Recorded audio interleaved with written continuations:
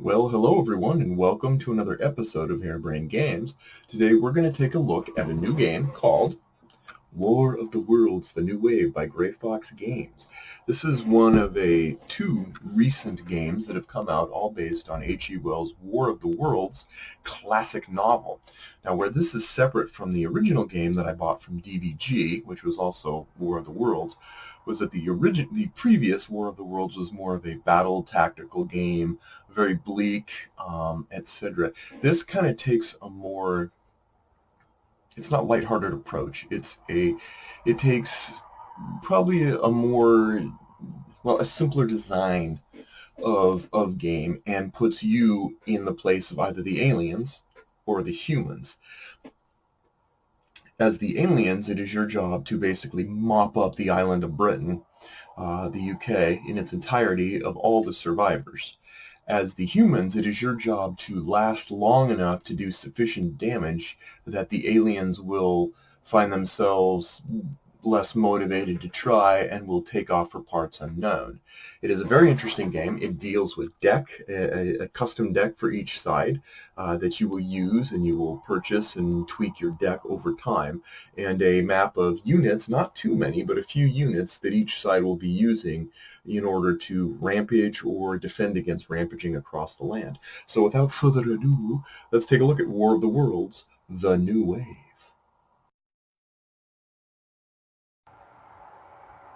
Okay, so let's take a look at what's inside War of the Worlds. You get the map of the island that you're going to fight over, both humans and aliens. And each side, there are two sides. There's obviously, as we've talked about, there's the humans, there's the aliens. Now, the humans have fortresses or buildings that they can build. These actually just fit inside them when you place them, and they can be placed on any of the regions, and you'll notice different regions here. And we have civilians already filling the land here, and they're in perilous danger. And then where the aliens make a beachhead, so to speak, there's a UFO, a nigh untouchable UFO, and these little suckers, don't like those, that come down and ravage the land. So you have at your disposal on each side, you have 10 cards. These are the starter cards noted up here, and they have different abilities. Relocate, for example, the humans do a lot of relocating to try to live to fight another day, and guerrillas, where the tiny little civilians can do damage, and in fact that's quite an important part of their game plan. In the rest of the deck, you'll find different cards, and you lay out 5 at a time when you are going to play them. And so you could purchase these at any point, paying their cost above, to be able to add them to your deck's discard pile to be rotated in. You'll notice many of the cards offer bonuses, but you can use money as you play each card to pay for certain other cards. Also, there are certain cards, matter of fact, quite a few, where you use them or you use their special ability, and the card is discarded from the game entirely. There are 3 types of card actions. You have the action cards.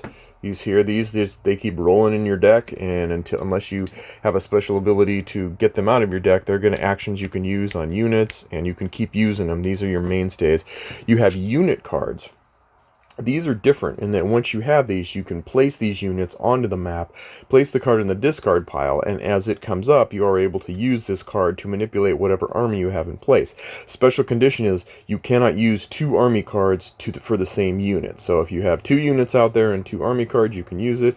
Otherwise, because these are so powerful, you can only use 1 army card on each given unit per turn. And finally, we have buildings, and buildings are probably the easiest of the cards to deal with, because once you have them, the card explains what the building does, and then you ditch the card out of the game because the building is now out there. Same thing with the alien side. The aliens also have a variety of buildings, somewhat less than the humans. They have special tokens to put on those buildings to explain what they do. A couple extra of those little angry alien guys in a spaceship. They have the same rules. They have a 5-card open phase deck to choose from. Some of these cost quite a lot, you'll see, but they're also extremely powerful, and they have 10 cards to begin with. Once again, the victory conditions are if the aliens are able to take all these units. They're a little hard to see.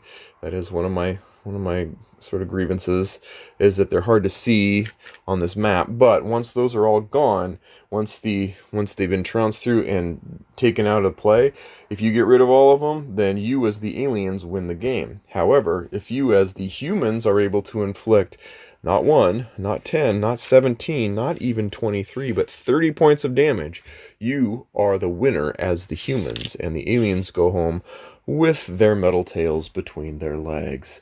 All right, I think that's enough. I think I did show out these are the land units, and these are the water units.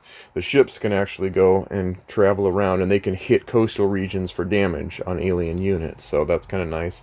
The armies they don't necessarily do a lot of power without using their own card, but they are available to run interference to try to stave back the onslaught of the alien invasion. All right, let's get to gameplay. Okay, hopefully a little more light will help. We always start with the aliens. They are the attack, so they go first. They have tripods. These are the little angry dudes that aren't spaceships. And we have reap, ooh, and a UFO. This is a nasty starting hand for the aliens. That means they can do many things. The tripods, you'll notice each card has probably 1, 2, or 3 different things it does, some of which require you to get rid of the card, so be careful on that, and others of which just do normal stuff. This lets me move a tripod to a different region or inflict 2 damage on it when it gets there.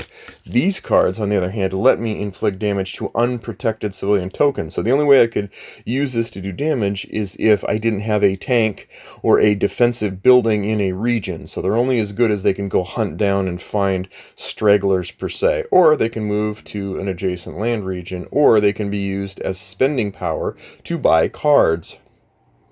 For now, I have 3 Reap cards, and that's interesting. I don't know. So I'm going to go ahead and I'm going to use this as an example. I'm not saying the play is great or that I'm smart and wise, but let's go with it. First, we can move this UFO to up to 2 regions. Or do damage in a region with a UFO unit, or we can ditch this card entirely and do 3 damage. But note that once this card's out of the game, that pretty much makes the UFO just sit there tweedling its circular rotisserie thumbs. So that you want to be careful with. So we're going to use it though. We're going to move 2 regions. So I want to get a little bit closer. So I'm going to move out to the sea and out to the sea again. In the hopes that I can sort of dive in and get into the middle here and start wreaking havoc, because I can't be attacked as a spaceship at all. And from the civilians, that's pretty powerful. And now we're going to go ahead and use one of these Reap cards that lets us move 1 region, and we're going to move to here. Okay, now we do have our options. We have this tripod, and it says move 1 tripod unit or do 2 in a region with a tripod unit. Guess what? We have 2 to this region with a tripod unit. These 2 are gone. That's as quick as it goes, man. It's a mighty meal. And now if we wanted to, we could do another damage, or another damage and then move again. We could even do that. We can really wreak havoc here. Or we can purchase. Now, I have to get rid of these cards from the game, which does remove my power temporarily, or at least gives me less options to do attack damage, although I'm sitting pretty steady where I am.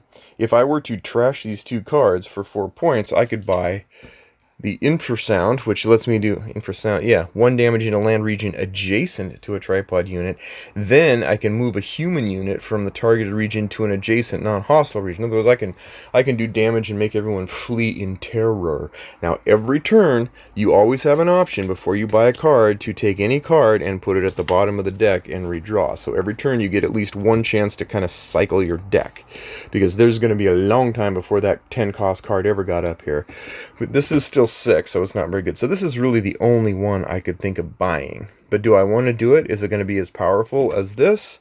I think not yet. So we're just going to go ahead and use this to take out the 3rd of the units. Now we've cleared off that entire region, and the 4th lets us move to any adjacent land region. All right, let's go here. Let's start messing with them. And that's the end of the alien turn. Now it's on to the humans. What can the humans possibly do to contend with this? And once again, I'm not playing optimally. I'm just playing to demonstrate. There are strategies beyond this that one would want to sit down and contemplate. So we have relocate, which lets us move any civilian token to an adjacent land region. Guerrillas, which say anywhere you have a guerrilla, you can use it to do 1 damage to a given alien unit, which is kind of cool.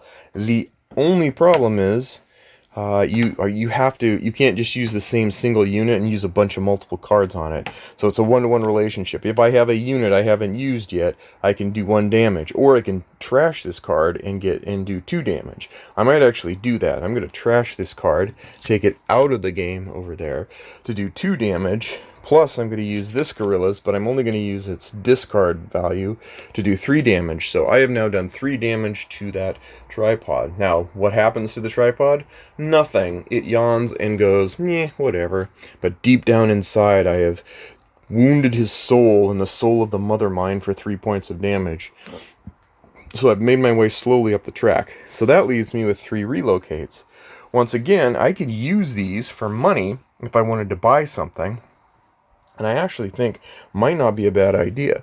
For the cost of 3, now once again, I can recycle any of these, so I'm gonna recycle this card and see if I have something interesting otherwise. I can have evacuate. Evacuate is apparently common. Evacuate's good because I can move 2 different civilian tokens with this single card. But it's going to cost me 3. So do I use all 3 of these? Or do I trash 1, use 1, and then use another to relocate? That's what I'm going to do. I'm going to go ahead and trash this for 2, and I'm going to discard this for 1. That gives me 3 buying power. And then I'm going to buy evacuate and put it in the discard pile. But relocate, I can move 1 civilian token to an adjacent region. I'm going to move this one here.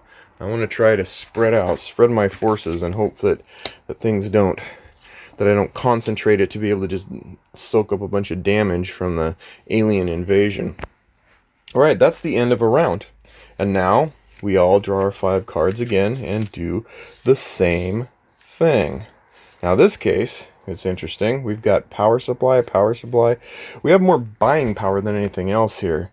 You'll notice that these power supplies only let us up to have get a free power. That's their spending currency, or you can trash it to do 2. We don't want these power supplies always in our hand. We want to be able to get cards better that are going to give us more buying power without clogging up our deck with these, because we have a reap right now, which we're going to use.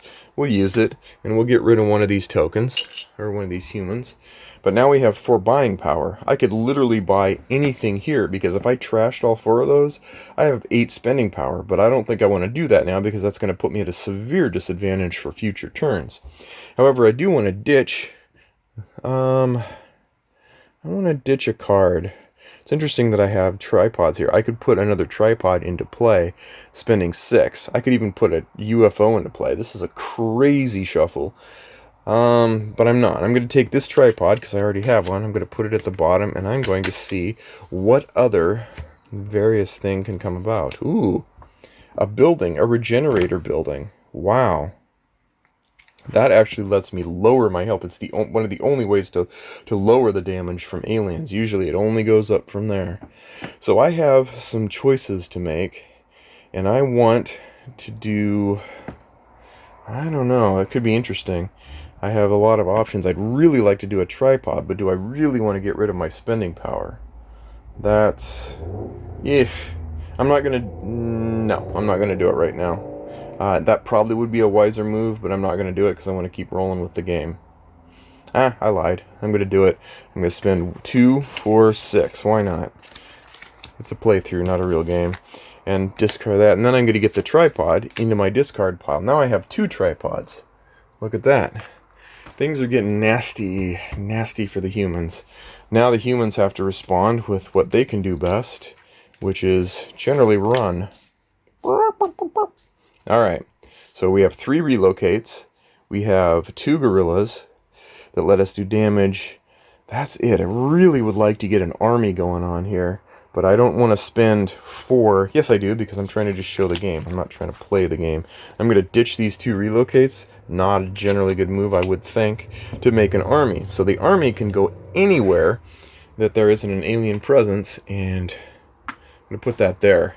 That's going to help out because when the damage is done by tripods, it has to go buildings take the damage first, then the units, then these suckers, and so that's hopefully going to help stave off the aliens for a little bit. I'm pretty much assuming those guys are toast. I'm sorry about that, guys. You did your best. Then we can use gorillas. We only have one unit, so we can only use one gorilla card to do a damage. So, plink. Oh, that hurt. All right, and then a relocate is actually pretty cool. I can move any civilian to an adjacent land token. I would like to move that here. Yeah, let's do that. And finally, gorillas, there's nothing I can do. There's no card that'll do it. So that's that, and we are done. We've now placed a tank on the board, and we have we've taken 2 turns, and we're done. I need to locate that. And now we shuffle our cards, whatever they may be. We draw 5 up again, and we start at the next phase. Okay, I'm going to show you a little bit about a later game turn in the phase.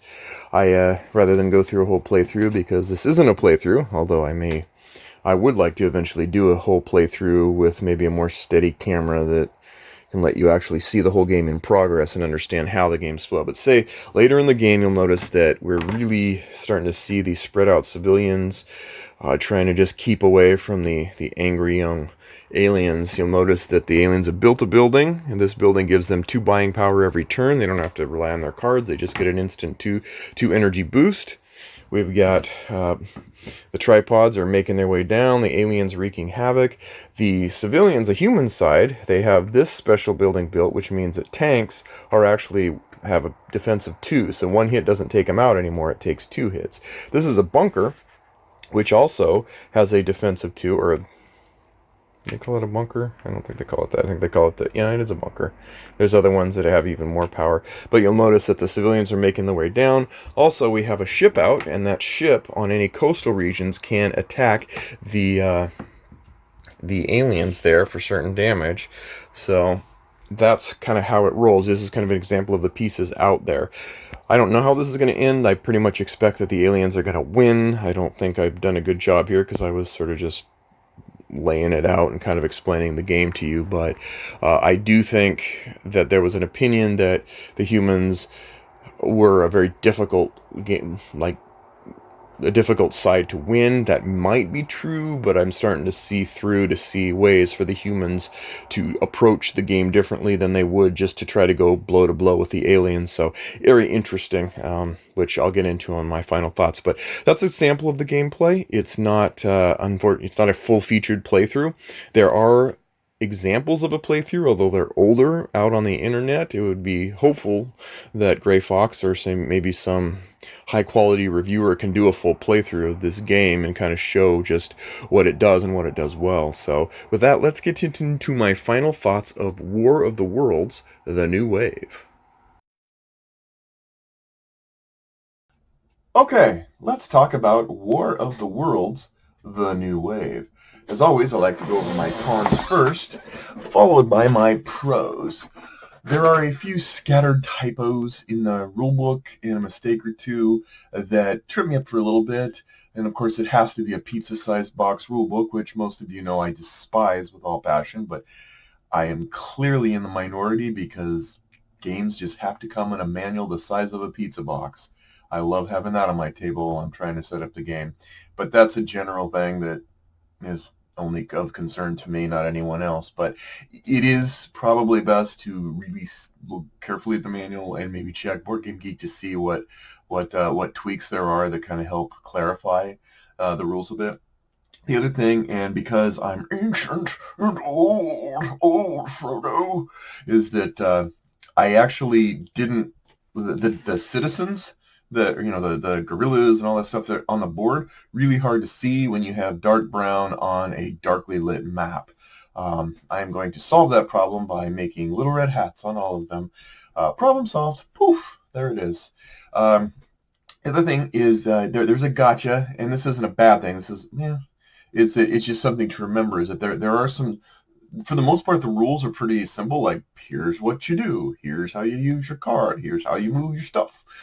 There is a a differentiation between unit cards and action cards and building cards, and that you cannot use one unit card or multiple unit cards on the same unit. And that actually, surprisingly, it's easy to say, but it's easy to also, like, in the moment, forget that you can't double use unit cards or I mean, you can use any combination of other cards, including a single unit card, on a given unit, but not that. So something just to think about, that the unit cards are easy to forget, that it's, one per customer per order. Other than that, the asymmetrical nature of the game is, for the most part, I think, well done, and it's not too asymmetrical that I have trouble explaining it, and that's a good thing. I don't know why that's in the cons, but consider it a pro and a con. There's an entirely unique play. Yeah, it's not like I have to say, here, sir, here's a bunch of pieces and rules for you, and I'm going to play by a different set of rules this game. That really is tricky for things like Vast or Netrunner, or games where I want to teach people who aren't normally, like, voraciously into games, but want to try something based on premise or theme. But then I have to explain, well, here's how you play, and here's how I play. And that barrier isn't here because there's enough commonality between both sides that you don't have to deal with that, yet at the same time they feel distinct. The one thing I'll say is Aliens. I love tromping down with Aliens. You're tromping through England, and you're just plowing the crap out of that island, and like, fling, fling, fling, fling, goodbye, citizen. And that feels good. There's a visceral feel to it. It's sort of like Pompeii, when you're like, I throw you into the volcano. Even if it's a plastic volcano, it still feels good. That I liked. Can't say that the humans were that entirely enticing, and maybe they wanted it to be that starkly different, but you accrue damage sort of indirectly on this track on the other side, and it takes kind of that powerful feeling, gung-ho, of life from it. It's like, pew, pew, pew. Did I hit it? Did I hit it? A little bit. And it's not unthematic. I mean, it really does kind of fit, but it just kind of gives an overwhelming, depressingly invincibility sense, which may be what they wanted, but it wasn't something that I found as entertaining as I would playing the Aliens, where I'm tromping across the board. I kind of wish there was anything that I could be, like, chipping away. Even if it's just like a block spaceship and you're just, like, chipping away at pieces. I might actually do that just for fun, and just, like, have a spaceship and just, like, 30 pieces, and you're just like, something that just gives me that visceral feel. Totally unrelated or unnecessary, just something that I always like to in this kind of a game, that I always like to have as a sort of a sensation of, like, feeling like I'm making progress beyond just, oh, that track over there goes up that many. Go humans. Other observations. This is a narrowly scoped game. It is a laser-focused game on a repeatable duel of a fictionally historical conflict. It's not a box full of campaigns or a variable map toolbox. And in this era, where where games tend to come out with, like, different tile sets, different cards, different inputs, different pieces, different battle modes, game modes, and whatever. This isn't to be mistaken for anything other than what it seems to intend to be, which is a fictional recreation of a specific follow-up to a fictional battle from the classic War of the Worlds. It is a focused map, aside from the expansion, which has its own awesomeness. A focused card set. You have a very finite set of cards for both sides, and focused procedure to setting up and playing. That doesn't mean you don't have variable inputs. You do. You have the variability of what cards are going to come out. You have the variability of your opponent and as they're playing. And so it's not static or stagnant in that regard. But you do need to know that it is not going to be this came in a box full of other games, all of which had that similar, like, we'll give you a ton of content in a box and you can just play it all over the place. This is really a laser-focused game on a specific a battle with specific pieces and components that are, like, sort of old school. The other thing is, there's no marshmallow pit underneath you for your choices. You can trash your card supply into a very untenable situation. You're not going to get helped by that. You could shoot yourself in the foot, theoretically and truly.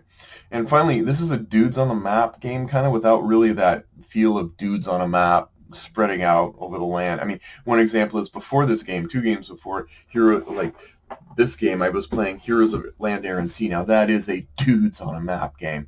Here, they're provisional. They're short-lived, at least when I'm playing them, and generally they're more of a resource than an action figure, we'll say. They have to be used. They have to be used precisely for the manner in which they intend to be.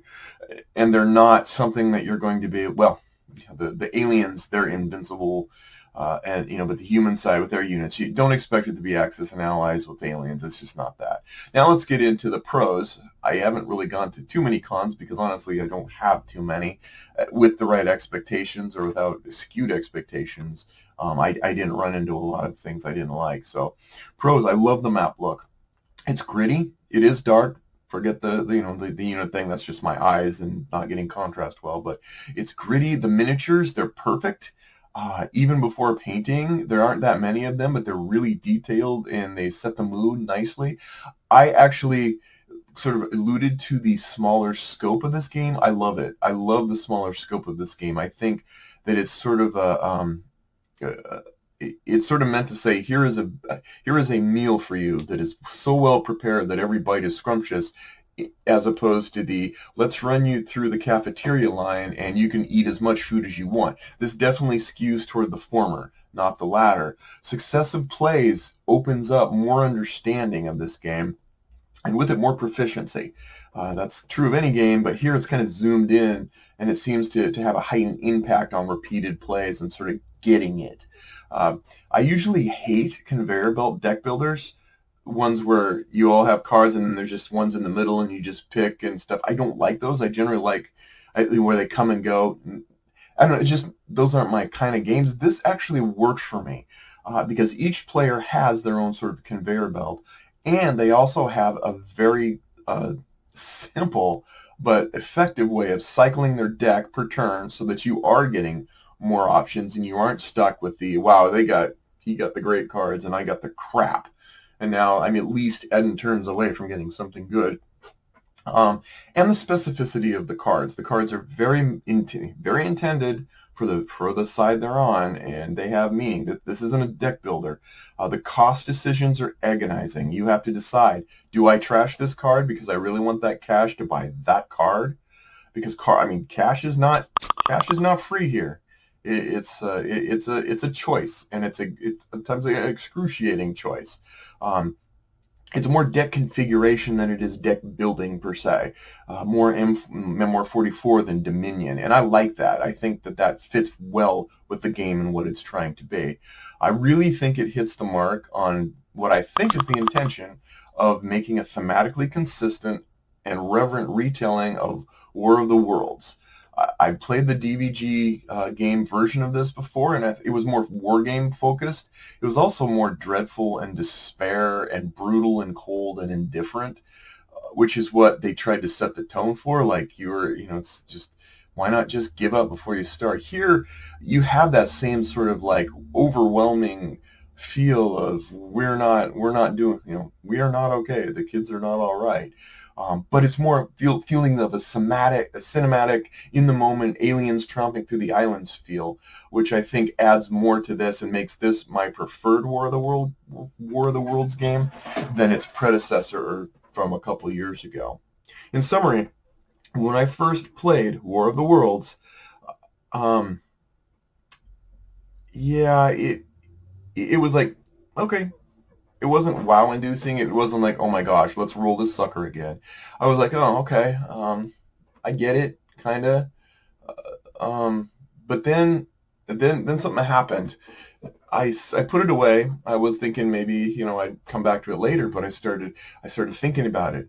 The game started percolating in my mind. I started thinking, if I hadn't spent that, or I'd saved that, or I'd moved here, and this was all away from the game, and suddenly I'm starting to consider in my mind things, and so I brought it back and played it again the next day, and I lost again, and I came back the next day, and I ended up playing it way more, and what I enjoyed was just thinking the post session in my mind of how it went playing this game. It's you have to consider the thoughtful use of card play in this game. It isn't simply here's my gold, here's my actions, here's what I can buy. It gets under your skin as you're building these battle reports in your mind. You're like looking back at the zig of discarding cards versus the zag of keeping them, considering your entire purchase strategy, what you're doing, your plan as aliens and humans. Pretty soon you find yourself engrossed, despite the fact that it's just a laser focus on one battle with one situation. If you go into it with a chess mindset, like you against me on this map that we're generally familiar with the tools that we're generally with, and knowing that our choices are razor sharp and cut both ways, that neither one of us have a safety net underneath us for what we trash and discard and remove from the game, that it's on our minds. If you go into it with that mindset, it really grows on you. It's just the choices you make are, they have to matter. They could matter a lot. You could shoot yourself in the foot. Like I was saying, there's no insurance coverage on your choices in this game. The closest games I can think of like this are Raptor, Netrunner to some degree, but mostly Lord of the Rings Confrontation, which is a similar game that's also in my top 20 games I've ever owned and played. Because same thing, you have the same map, you have your units, you have some cards. This does a little bit more, it's a little larger of a picture than Lord of the Rings Confrontations, but you wind up knowing all of the pieces you need to know, but you still have a great time because you're still, in the end, you're playing the player. Once you get two guys that know what they're doing, or gals, or such. It's Patton versus Rommel style of back and forth. And that's how the game goes from being something that just kind of percolates a little bit with the, I'm not going to lie to you. My first impressions were like, meh. But then it was like,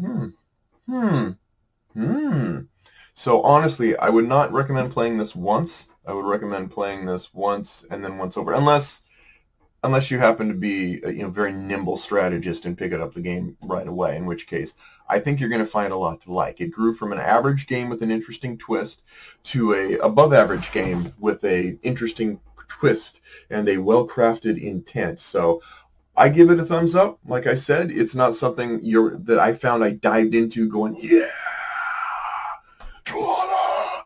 No, but it was something that over time I probably will play it again tonight, because it's so easy to set up, so easy to play.